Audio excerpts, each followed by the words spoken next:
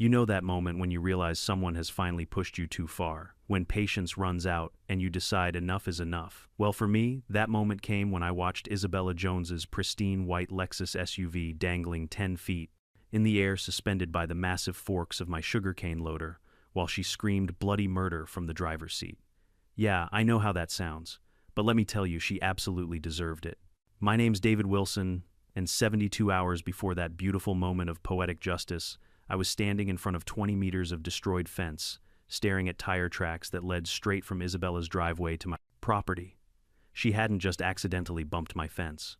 No, this HOA president had deliberately rammed her luxury SUV through it at 6 in the morning, climbed out with her phone, and started taking photos of my property like she owned the place.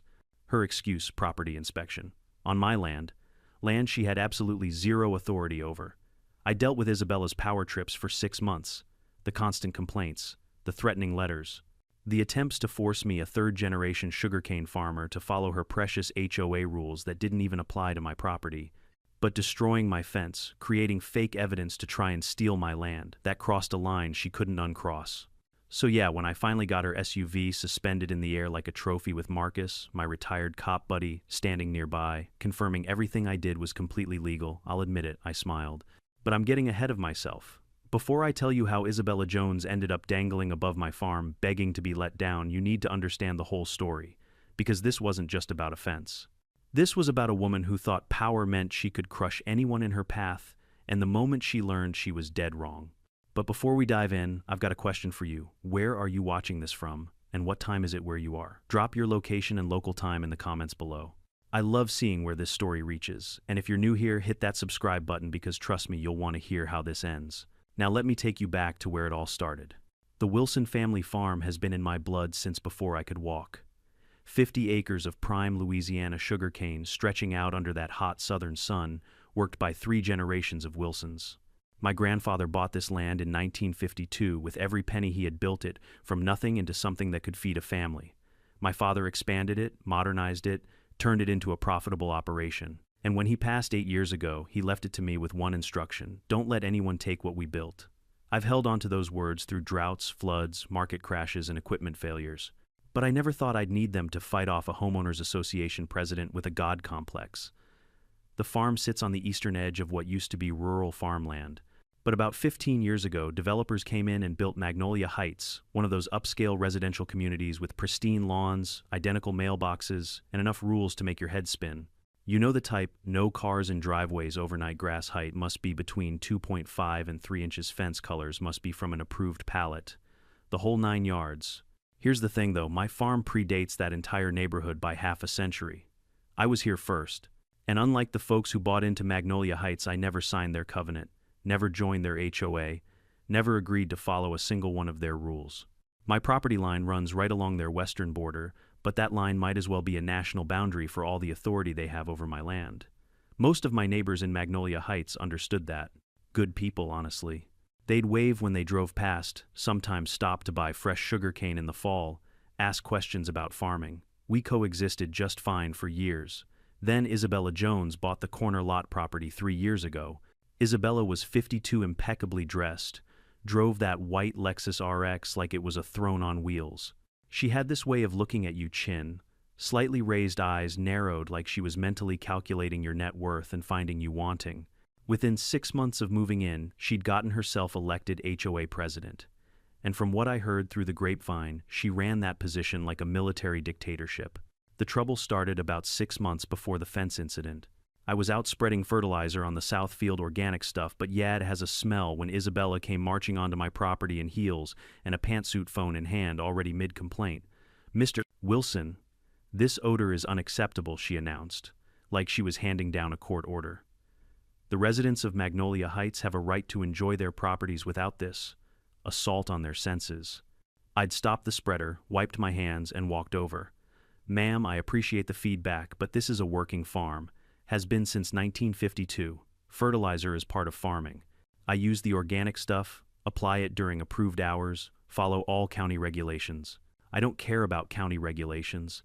I care about HOA standards, and this violates our air quality provisions." That's when I first explained it to her, polite as I could manage. "Mrs. Jones, my property isn't part of your HOA. Never has been. Your rules don't apply here. The look on her face like I'd slapped her should have been my first warning. People who aren't used to hearing no don't handle it well.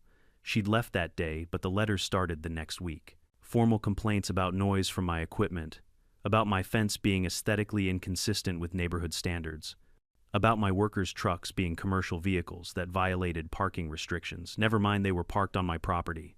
I responded to each one the same way, politely, professionally, with copies of my property deed and a gentle reminder that HOA covenants don't extend to land that never joined the HOA. Isabella escalated. She called the sheriff's department twice, claiming I was violating noise ordinances. Both times deputies came out, measured my equipment noise, confirmed I was well within legal limits, and left. She sent her lawyer with a letter threatening legal action. My lawyer sent back a response so thoroughly documented that we never heard from her attorney again. Then came the HOA meeting, the one I heard about from Tom, my neighbor, who actually liked living in Magnolia Heights but thought Isabella was drunk on power. Apparently she dedicated 30 minutes of the monthly meeting to the farm problem, complete with a slideshow of photos of my property taken from the road. She'd proposed that the HOA collectively sue me to force compliance with their aesthetic standards. Tom said 3 board members voted it down immediately, calling it a waste of money and legally groundless. Isabella had been furious. Looking back, I should have seen the fence attack coming. When people like Isabella can't win through official channels, they get creative. And by creative I mean destructive, but I didn't see it. I just kept working my land, treating my neighbors with respect, and hoping Isabella would eventually find a new target for her control issues. I was wrong about that last part. Monday, October 6th. I'll remember that date for the rest of my life. I woke up at 5:30, like always, made coffee, and headed out to check the irrigation system in the north field. The sun was just starting to paint the sky that soft purple-pink color you only get in early fall.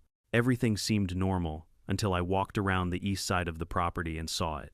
20 meters of my wooden fence, the one that ran along the border with Magnolia Heights, was destroyed. Not damaged, destroyed. Posts snapped off at ground-level boards, scattered like matchsticks, wire fencing torn and twisted. And running straight through the middle of the wreckage were tire tracks, wide, deep, fresh tracks from a vehicle that had come from the direction of Isabella's house, punched through my fence, gone about 15 feet onto my property, then backed out the same way. My first thought was an accident. Some drunk driver maybe who'd lost control and fled the scene. It happens out here more than you'd think. Then I saw the footprints. Small shoes, probably women's, walking from where the vehicle had stopped around my property for maybe 20 feet, then back to the tire tracks. Deliberate, controlled. Someone had driven through my fence, gotten out, walked around and left. I pulled out my phone and called the sheriff's office. While I waited for a deputy, I walked back to my equipment barn where I keep the security system recorder. I'd installed cameras 6 months ago, right after Isabella's harassment started, actually. Best investment I ever made. I pulled up the footage from 6:00 a.m. that morning, and what I saw made my blood run cold. At 6:04 a.m., a white Lexus SUV came into frame, moving slowly along the road. It paused for maybe 10 seconds, then suddenly accelerated straight toward my fence. The impact scattered boards everywhere. The SUV pushed forward another 15 feet, stopped, and the driver's door opened. Out stepped Isabella Jones, wearing jeans and a jacket, phone in hand. She walked around the front of her vehicle, photographing the damage. Then, and this is what really got me, she walked onto my property, taking photos of my equipment, shed my fence line, my fields, all while talking to herself. I couldn't hear the audio, but her mouth was moving constantly like she was narrating. After about 5 minutes, she got back in her SUV, backed carefully through the hole she'd created, and drove away. It wasn't an accident. It was deliberate, calculated destruction, and she documented it herself, creating some kind of narrative in her head about what she was doing. The deputy arrived 20 minutes later, young guy named Rodriguez who'd been out to my farm before for Isabella's noise complaints. I showed him the video. His jaw actually dropped. "Mr. Wilson, that's vandalism, destruction of property, trespassing. You want to press charges?" "Absolutely." He took my statement, photographed the damage, copied the video file, and said he'd be filing a report for the district attorney. He estimated the damage at around $3,000. Not devastating, but not nothing either. Then, at 8:17 a.m., my email dinged. The sender was hoa.magnoliaheights@gmail.com, sent to my business address that was public record. The subject line read, "Notice of violation, Immediate action required. I opened it, and I swear I felt my hand start to shake. Dear Mr. Wilson, during a routine boundary inspection this morning, the Magnolia Heights HOA has determined that your fence structure along the eastern property line is encroaching upon public sidewalk easement by approximately 18 to 24 inches along a 60-foot section. This constitutes a violation of County Code 47.3.2 regarding obstruction of public access. Attached, you will find photographic evidence of this violation taken during our inspection. Per HOA authority, granted by county easement regulations, you are hereby required to 1. Remove the encroaching fence structure within 48 hours. 2. Restore the public easement to county standards. 3. Submit plans for replacement fencing that complies with setback requirements. Failure to comply will result in a fine of $5,000 and potential legal action to compel removal at your expense. Regards, Isabella Jones, President, Magnolia Heights HOA. Attached were a dozen photos. Photos Isabella had taken that morning while standing on my property after driving through my fence. Photos showing my fence line from angles that made it look like it was somehow over the property line. Photos that were complete fiction. I pulled out my property survey, the one I'd had professionally done 3 years ago when I refinanced. My fence was exactly where it should be, 3 feet inside my property line. The sidewalk Isabella referenced, that was a gravel walking path that ran along the inside of Magnolia Heights. It was on their property, not mine, and certainly not a public easement. She destroyed my fence, trespassed on my land to take fake evidence. Photos then sent me a threatening letter demanding I remove the fence she'd just vandalized under a completely fabricated legal theory. It was fraud. It was extortion. And suddenly, I understood her plan. Isabella couldn't force me to follow HOA rules legally. So she was creating a false crisis, discovering a violation that didn't exist, using her own destruction as proof of the problem, then demanding I remove my fence entirely. Once the fence was gone, she'd probably claim the land had reverted to HOA control, or push for a boundary dispute, or find some other angle to chip away at my property. This wasn't about aesthetics or noise complaints anymore. This was about taking my land. I called my lawyer, Bill Henderson, who'd handled my father's estate and knew this property inside and out. I sent him the email, the video, the survey, everything. He called me back in 10 minutes. David, I don't even have words. She's committed about 4 crimes before breakfast and implicated herself in writing. But here's my advice. Let me send a cease and desist, document everything, and we'll file a civil suit for damages plus a restraining order. How long will that take? 6 months, maybe more. Courts are backed up. 6 months of Isabella thinking she could get away with this. 6 months of her plotting the next attack. 6 months of playing defense while she played offense. Bill, I appreciate that. File whatever you need to file, but I need to handle this differently first. David, don't do anything stupid. I hung up and sat there in my kitchen looking out at my grandfather's land, my father's legacy, my life's work. And I thought about that instruction my dad left me. Don't let anyone take what we built. Isabella thought I was just some simple farmer who'd roll over when pushed. She thought power and money and HOA authority made her untouchable. It was time to teach her a lesson she'd never forget. I spent that whole Monday afternoon thinking. Not angry thinking, calculated thinking. The kind my grandfather used to do when he was planning out crop rotations or equipment purchases. Strategic. Because here's what I knew: Isabella had committed crimes. I had evidence. Law enforcement was involved. But I also knew how these things worked. She'd get a fine, maybe probation, pay for my fence, and walk away thinking she'd just made a minor miscalculation. She wouldn't learn anything. And more importantly, she wouldn't stop. People like Isabella, they don't stop until they face real consequences. Not legal consequences, personal consequences. The kind that make you question every decision that led to that moment. That evening, I called Marcus Hayes. Marcus had been a sheriff's deputy for 28 years, before retiring, and we'd known each other since high school. Straight shooter by the book guy, but he understood that sometimes the book didn't cover every situation. Marcus, I need your perspective on something, legally speaking. I explained the situation, the fence, the video, Isabella's email, all of it. When I finished, he was quiet for a long moment. Dave, you've got her dead to rights on criminal charges. Rodriguez is a good kid. He'll write a solid report. But you're right that she'll wiggle out with minimal damage. People like her always do. He paused. What are you thinking? I'm thinking about property rights.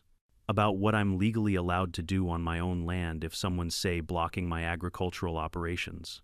Marcus chuckled. You planning what I think you're planning, maybe. But I need to know it's legal. Okay, here's the thing. Louisiana property law is pretty clear. You have the right to operate your agricultural business on your agricultural property.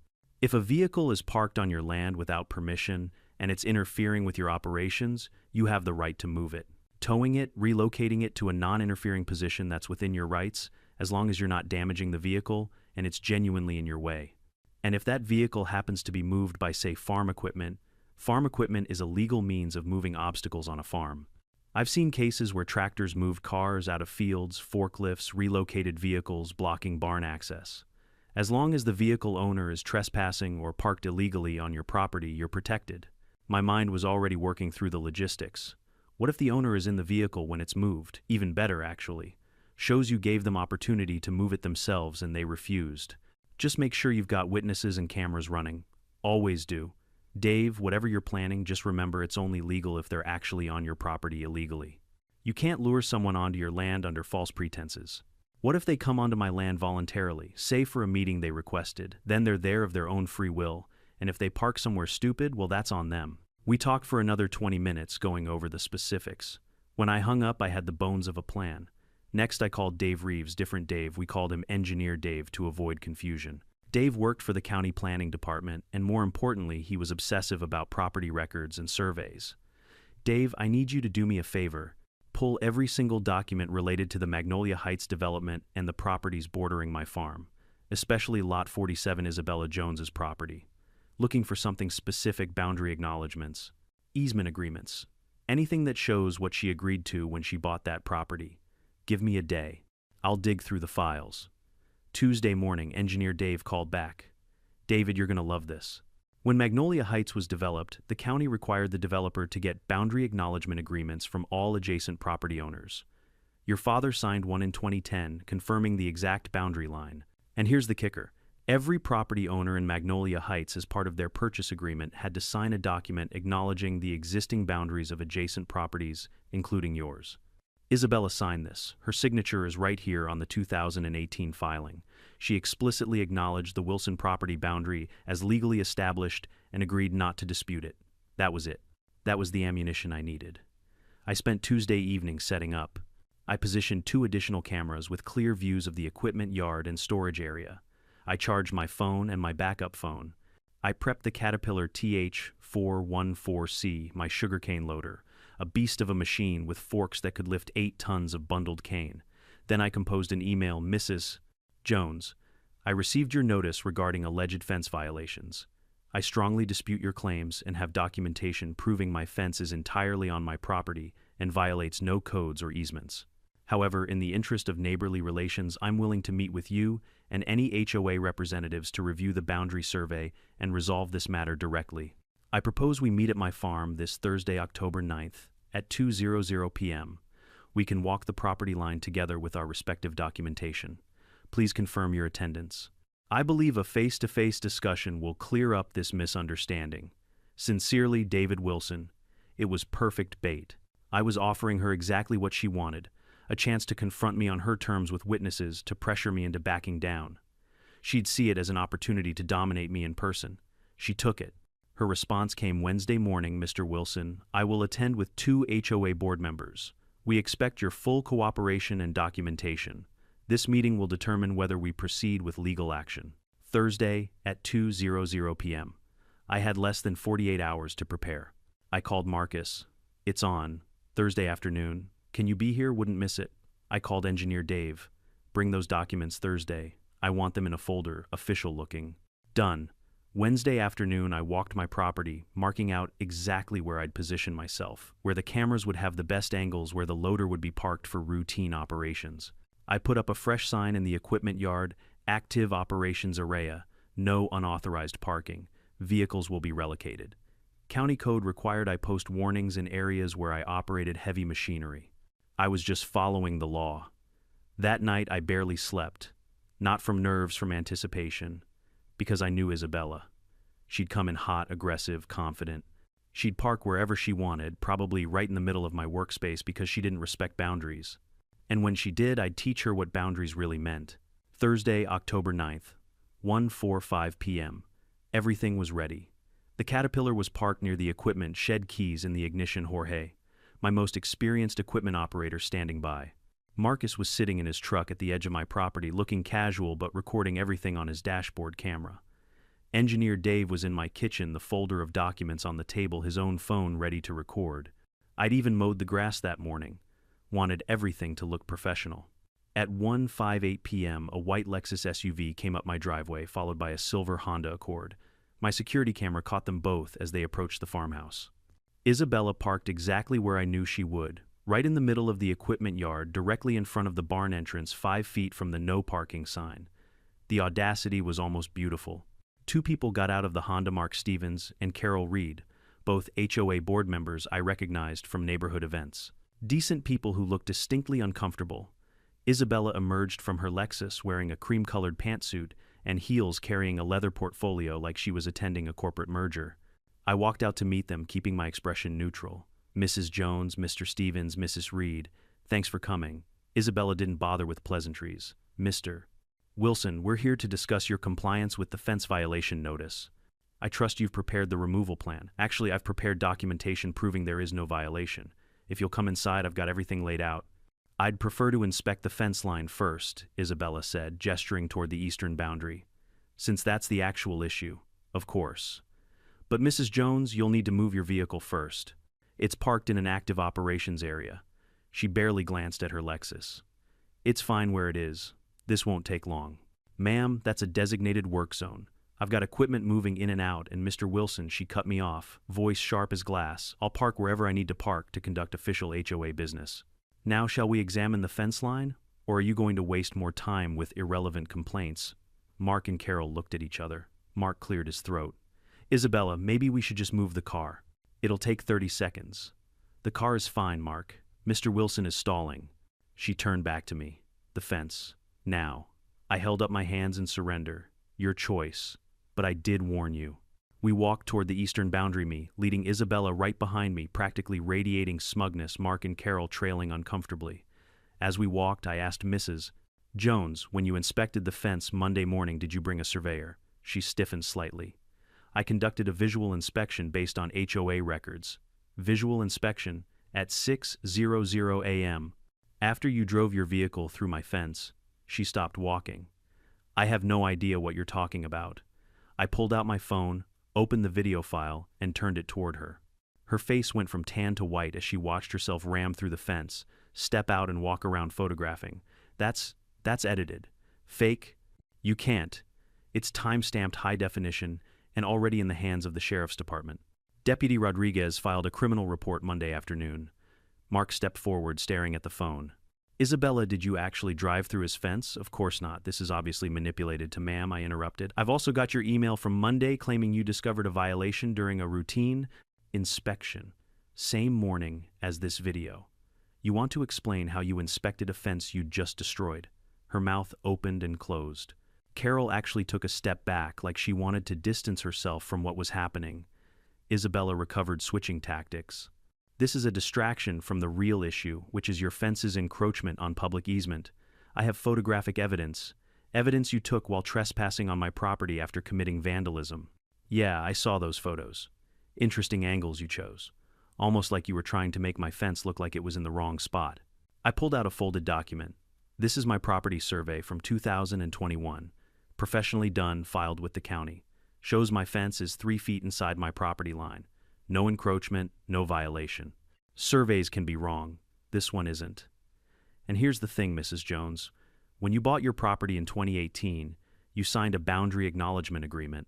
You specifically agreed that the Wilson property boundary was legally established and that you wouldn't dispute it. That hit her like a slap. I signed no such engineer. Dave has the document in my kitchen. Your signature right there on the county filing. You acknowledged my boundary. Then, 6 years later, you decided to try and change it by destroying my fence and fabricating a violation. The silence that followed was delicious. Mark broke it. Isabella, if you signed a boundary acknowledgement, you can't claim a violation on that same boundary. We could be liable for harassment. Mark, be quiet. This man is clearly, what I am, I said calmly, is done being harassed. You've spent 6 months trying to force me to follow HOA rules that don't apply to me. When that didn't work, you destroyed my property and tried to frame it as a code violation. and now you're on my land continuing to make false accusations. Isabella's eyes narrowed. Are you threatening me? No, ma'am. I'm informing you. This meeting is over. I'd like you to leave my property. Not until we resolve Mrs. Jones, you are trespassing. Leave. Now. She smiled. Actually smiled. Make me. That's when I knew I had her. I pulled out my phone and dialed. Jorge, yeah, we've got a vehicle blocking the equipment yard. White Lexus. Owner is refusing to move it. Can you relocate it per our standard protocol? From across the yard, Jorge gave a thumbs up and climbed into the Caterpillar. Isabella's smile vanished. What do you think The loader's engine roared to life, a deep diesel rumble that echoed across the farm. Jorge expertly maneuvered it toward the Lexus, the massive forks lowered to ground level. Mr. Wilson, if you touch my vehicle, I'm not touching it. My employee is relocating an illegally parked vehicle that's obstructing agricultural operations. Completely legal on private property. This is insane. Mark Carroll, call the police. Mark pulled out his phone, but he was watching the Caterpillar with something that looked like fascination. Jorge slid the forks under the Lexus's frame with the precision of a surgeon exactly where the vehicle's lift points were. The hydraulics hissed, and slowly, almost gently, the white SUV rose off the ground. 6 inches, 1 foot, 2 feet, 3 feet. Isabella's scream could probably be heard in Baton Rouge. Put down my car right. Now Isabella was running toward the Caterpillar heels, clicking on the concrete arms, waving like she could somehow stop 3 tons of machinery through sheer force of will. The Lexus continued rising 4 feet, 5 feet, 6 feet off the ground, perfectly balanced on the loader's forks. Jorge looked at me. I gave him a nod. He stopped the lift at about 8 feet high enough to make a point low enough to be safe. Mr. Wilson, this is destruction of property. This is theft. This is property management, I said calmly. Your vehicle was parked in an active work zone, clearly marked with no parking signage. You refused to move it despite multiple warnings. Under Louisiana property law, I have the right to relocate obstacles that interfere with agricultural operations on my land. That's my car that's parked illegally on my property. I gestured to the large yellow sign 10 feet away. Active operations area. No unauthorized parking. Vehicles will be relocated. I didn't see any sign. Willful ignorance isn't a legal defense, Mrs. Jones. The Caterpillar began moving, carrying the Lexus through the air like a toy. Jorge drove it slowly across the equipment yard toward an empty section of packed dirt. Isabella chased after it, still screaming, her professional composure completely shattered. Mark and Carol stood frozen, watching. Mark had his phone out recording. I couldn't tell if he was documenting evidence or just capturing something he knew would be legendary. Jorge positioned the Lexus over the center of the empty lot and stopped. The SUV sat there, suspended, its white paint gleaming in the afternoon Sunday. Through the windows, I could see Isabella's leather portfolio still sitting on the passenger seat, her phone in the cup holder, everything exactly as she'd left it. Bring it down. Isabella was practically hyperventilating. This is kidnapping. Your vehicle isn't a person, so it can't be kidnapped. It's being temporarily relocated for safety reasons. She spun toward Mark. Call the police. Do it. Now Mark looked at his phone, then at me, then at Isabella. Actually, I'm not sure they'll call them, he dialed. While he was on the phone, a pickup truck rolled up my driveway, Marcus getting out with his retired deputy badge, still clipped to his belt, and a camera around his neck. He walked over casually like he just happened to be in the neighborhood. Afternoon, David. Everything okay here? Hey, Marcus. Just moving an illegally parked vehicle. You remember Mrs. Jones, right? Isabella zeroed in on him. Officer, this man has illegally seized my vehicle. I demand you arrest him immediately. Marcus looked up at the Lexus, then at the no parking signs, then at Isabella. Ma'am, I'm retired so I can't arrest anybody. But from what I can see, this looks like a property owner managing his land. Managing. He's holding my car hostage. Is your car on his property? I was invited here for a meeting, and did you park in a designated no parking zone after being warned to move? She sputtered. That's the sign. Is his fault? Mark finished his phone call and walked over looking deeply uncomfortable. The police are sending someone, they said. They said they'd take statements from everyone. Perfect, I said. I've got all my documentation ready. Video of Mrs. Jones destroying my fence Monday morning, her admission in writing that she conducted an inspection the same day my property survey, her signed boundary acknowledgement from 2018. Should be an easy case. Isabella's eyes went wild. You can't show them. That video is inadmissible. I never gave permission to be recorded on my private property with my security system. Yeah, actually, that's completely legal. Louisiana is a one-party consent state for recording anyway. A county sheriff's cruiser pulled into the driveway. Deputy Rodriguez stepped out, took one look at the Lexus suspended in midair, and I swear I saw him fight back a smile. Mr. Wilson, Mrs. Jones, someone want to explain this situation? Before I could answer, Isabella launched into a tirade. Deputy, this man has destroyed my property, held me against my will, and is refusing to return my vehicle. I want him arrested for assault, theft, vandalism, and Mrs. Jones. Rodriguez interrupted gently. Is that your vehicle up there? Yes. And where exactly was it parked when Mr. Wilson relocated it? She pointed to the equipment yard. Right there. Where I had every right to park for our scheduled meeting, Rodriguez walked over to the spot examining the clearly visible no parking signs. He pulled out his notepad. Ma'am, did you see these signs when you parked? That's irrelevant. He can't just— It's extremely relevant, actually. Did you or did you not park in a marked no parking zone on private property? Silence. Rodriguez turned to me. Mr. Wilson, why did you relocate the vehicle? It was blocking my equipment barn during active operations. I politely asked Mrs. Jones multiple times to move it. She refused and told me, and I quote, make me. So I did. The vehicle hasn't been damaged. Jorge is my best operator and he's certified on the loader. I documented the entire process on camera to protect myself. Makes sense. Rodriguez made notes. And Mrs. Jones, you're here because he's violating HOA easement regulations with his fence. This property isn't in your HOA though, correct? Her mouth snapped shut. Rodriguez looked at me. Is this about that fence vandalism report from Monday? The very same. Mrs. Jones destroyed 20 meters of my fence Monday morning. I've got video evidence I submitted with that report. Then she sent me an email claiming my fence violates codes and demanding I remove it. When I invited her here to discuss it with documentation, she saw it as an opportunity to pressure me. Instead, she got property law enforced. Rodriguez nodded slowly. Mrs. Jones, I'm going to need you to come down to the station for questioning regarding the Monday incident. The DA is reviewing charges for criminal mischief and trespassing. This is absurd. I am a respected member of this community. I am the HOA president. Ma'am, your community position doesn't exempt you from property laws. He looked up at the Lexus. Mr. Wilson, can you lower the vehicle so Mrs. Jones can drive it to the station? Of course, deputy. I signaled Jorge, who carefully lowered the Lexus back to the ground, positioning it gently on all four wheels. Not a scratch on it. Jorge climbed out of the Caterpillar and handed me a thumbs up. Isabella practically ran to her vehicle, checking it over for damage, finding none because we hadn't damaged it. She climbed in, started the engine, and sat there gripping the steering wheel, her face a mask of fury and humiliation. Rodriguez walked over to her window. Mrs. Jones, I'll follow you to the station. Don't make this harder than it needs to be. She didn't respond, just put the car in gear and drove toward the exit tires, spitting gravel. As she disappeared down the driveway, Mark approached me. Mr. Wilson the first. I apologize. I had no idea she'd done any of this. The fence video, the fake violation claim. The board was never informed. I figured as much. You and Carol seem like reasonable people. Carol joined us looking mortified. We're going to call an emergency board meeting. This is completely unacceptable. Isabella represented that your fence was a legitimate code violation and we trusted her. I appreciate that. Mark hesitated. For what it's worth, that was the most amazing thing I've ever seen. The look on her face when her car started going up, he actually laughed. I know I shouldn't enjoy it, but my God. Even Carol cracked a smile. She's been impossible for months. Every meeting is about her priorities, her vision, her rules. Maybe this will finally teach her some humility. Marcus walked over after they left grinning. Dave, I've been in law enforcement for 3 decades, and that was the most legally perfect screw you I've ever witnessed.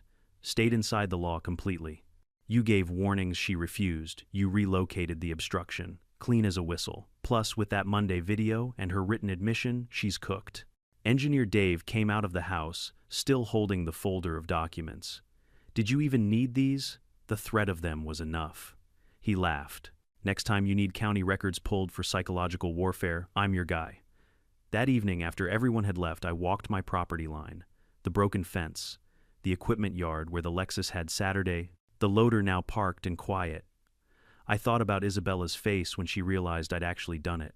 When her power, her authority, her confidence all evaporated because she'd finally encountered someone who wouldn't bend. And I smiled. The next 2 weeks were a whirlwind. Deputy Rodriguez kept me updated on the investigation. The DA reviewed the security footage, Isabella's email, and my property records, and filed formal charges: criminal mischief for the fence destruction, criminal trespass, and filing a false report for her claim to the sheriff's department that my fence violated code when she knew it didn't.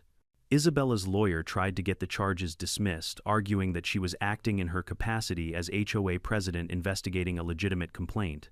That argument collapsed when the prosecutor introduced her signed 2018 boundary acknowledgement the document engineer Dave had found. She'd known the boundary was legal and undisputed, yet deliberately destroyed my fence and lied about code violations.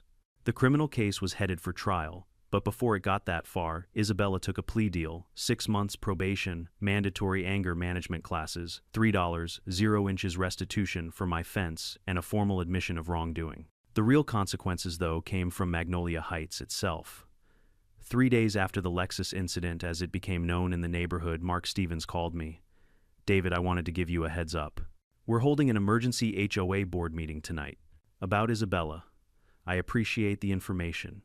You should also know," word got out, "about what she did. Your neighbor Tom, he's been telling people. And once people heard, they started talking about their own experiences with Isabella. That meeting happened on a rainy Thursday evening. I wasn't there, it was HOA members only, but Tom gave me the full rundown the next day. Apparently Isabella showed up, expecting to defend herself against baseless accusations.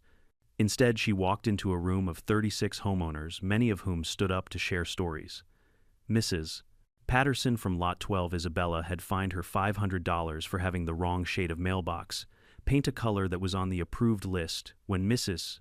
Patterson painted it, but which Isabella had removed from the list retroactively. The Kowalskis from Lot 28, Isabella had threatened to sue them because their teenage son's basketball hoop was visible from the street. She demanded they remove it or face daily fines. They'd spent $1,200 on landscaping to block the view instead. Mr. Harrison from Lot 33, Isabella had tried to prevent him from installing solar panels, claiming they were aesthetically inconsistent. When he pointed out that state law protected solar installation rights, she'd retaliated by citing him for having grass that was 3.2 inches tall, 0.2 inches over the HOA limit. Story after story. 15 homeowners total, all documenting Isabella's petty tyrannies, selective enforcement, and weaponization of HOA rules. Then Engineer Dave presented the evidence from my case, the video, the fraudulent email, the boundary document she'd signed. He explained that Isabella had knowingly destroyed my property and falsified a violation claim, putting the entire HOA at risk of a massive lawsuit. The vote to remove her as president wasn't even close. 34 inches favored 2 abstaining people who'd left early, 0 opposed. Isabella had stood up, said, "You're all fools who don't understand what I've done for this community," and walked out. The board immediately elected Carol Reed as interim president. Her first act was to contact me with a formal apology. She showed up at my farm on a Saturday morning with a handwritten letter from the board and a basket of local honey and preserves. "Mr. Wilson, on behalf of Magnolia Heights, I am deeply sorry for Isabella's actions and for any implication that the HOA supported her harassment of you. We hope we can rebuild a positive relationship with our neighbor." I accepted graciously. "Carol, I've never had a problem with the HOA as an organization or with the folks who live in Magnolia Heights. This was always about one person who couldn't accept that her authority had limits.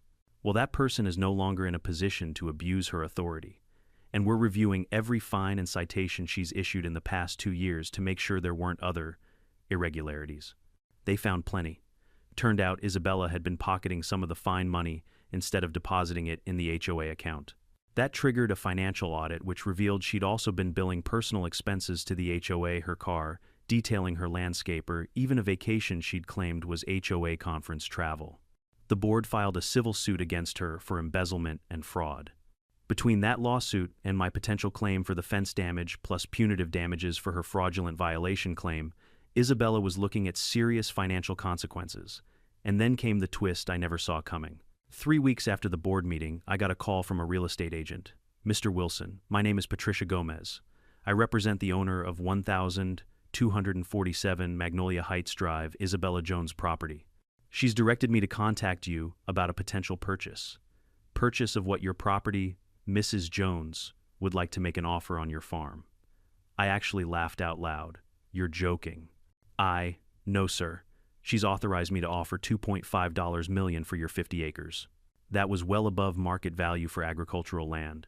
Let me guess. She wants to subdivide it for development. I'm not privy to her plans, but yes, that would be the logical use. Miss Gomez, please tell Mrs. Jones that my property is not for sale at any price. And also tell her that if she ever contacts me again directly or through a representative, I will pursue a restraining order for harassment. There was a pause. I'll relay that message. 2 days later, a different real estate agent contacted me, this one representing a development company. They wanted to make an anonymous offer of $3 million for my farm. I checked the company's registration. One of the board members was Isabella's husband. She was still trying to get my land just through proxies now. I had my lawyer send a cease and desist to the development company, to Isabella personally, and to anyone associated with either. The offer stopped. A month later, a for sale sign appeared in front of Isabella's house. Tom confirmed it. She's moving. Apparently, no one in the neighborhood will talk to her anymore. She got kicked out of her book club, her yoga class, everything. It's like she's been socially exiled. The house sold in 6 weeks to a nice young couple with 2 kids. I brought them a basket of fresh sugarcane as a welcome gift. They told me the previous owner had left in a hurry, barely saying goodbye to anyone. 5 months after the fence incident, I ran into Mark at the hardware store. He was buying mulch for his garden. David housed the farm. Good. New fence is even better than the old one. Reinforced posts, better wire. If anyone tries to drive through it again, their vehicle won't make it. He laughed. I don't think you'll have that problem. New HOA president is Carol, and she's been great. Reasonable rules, fair enforcement, actually listening to homeowners. It's like night and day. Glad to hear it. You know the crazy part, the neighborhood is happier now than it's been in years. People are talking to each other again, helping each other. We had a block party last month, first one since Isabella took over. It's like we remembered we're supposed to be a community, not subjects of a dictatorship. That's what it should be. He shifted the bags of mulch in his cart. I wanted to thank you, actually, for standing up to her. A lot of us were intimidated. We didn't think we could fight back. Seeing you do it, seeing that she could be held accountable, it changed something. You gave people permission to say no. I hadn't thought about it that way. I was just protecting my land. Yeah, but you showed the rest of us how to protect ours. That matters. After he left, I sat in my truck for a while thinking about what he'd said. Isabella had spent so much energy trying to control things that weren't hers to control. My land, my business, my choices.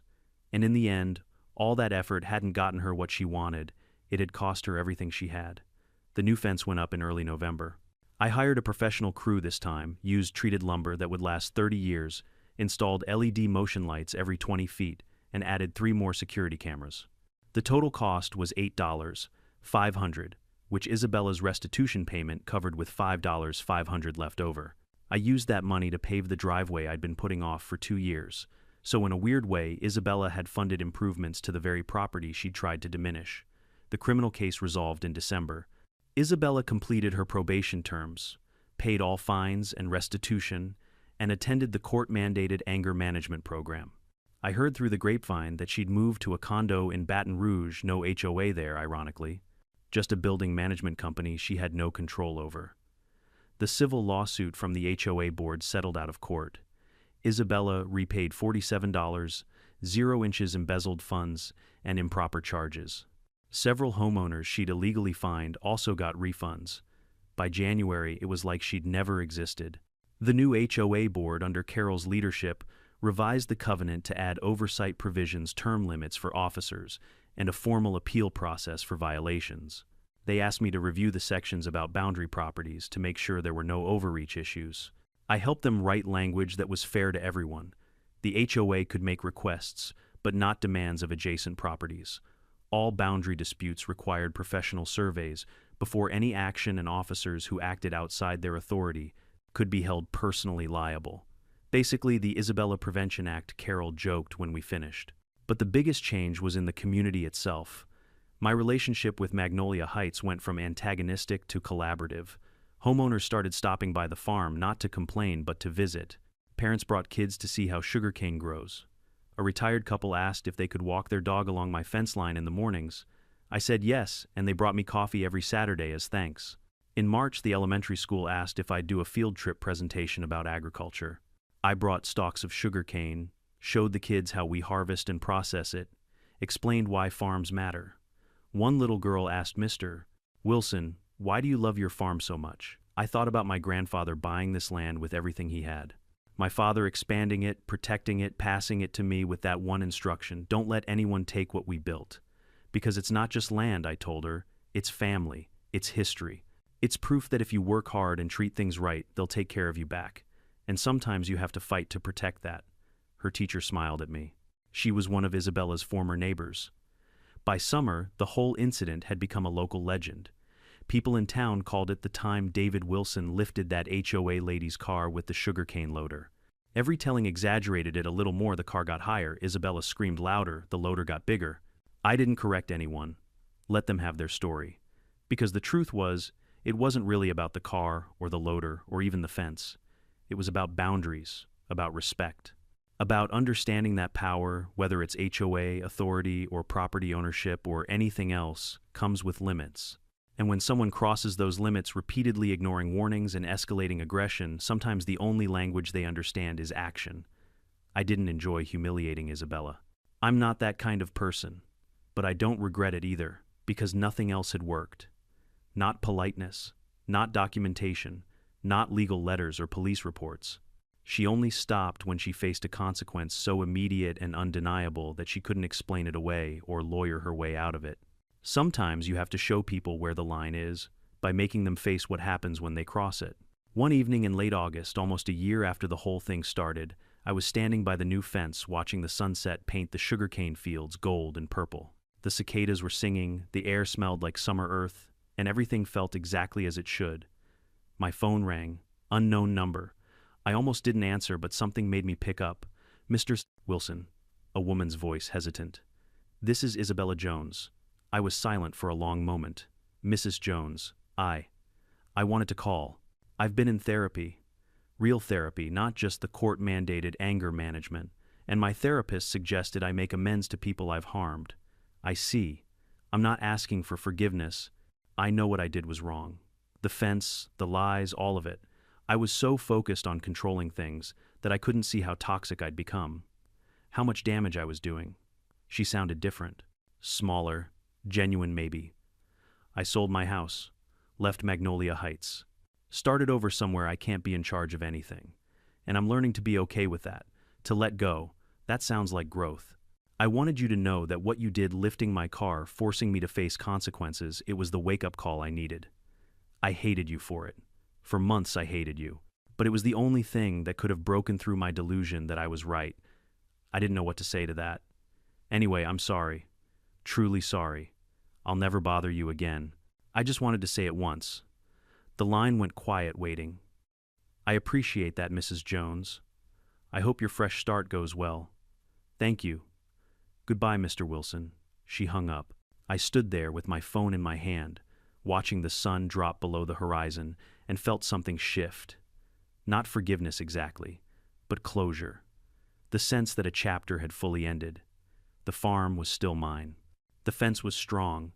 The sugarcane grew tall and sweet. And I'd learned that protecting what matters sometimes means standing your ground in ways that feel extreme, but which are absolutely necessary. My grandfather would have approved. Now I want to hear from you. Have you ever dealt with someone who kept pushing until you had to push back? Someone who mistook your kindness for weakness? Drop your story in the comments below. I read every single one, and I love hearing how you handled your own Isabella moments.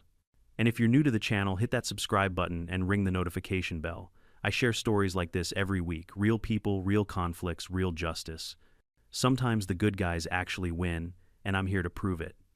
Remember, you don't have to let people walk over you. You just have to know where your line is and be willing to defend it when someone crosses it. Thanks for watching. And the next time someone tells you to move your fence, make sure they're standing on the right side of it first.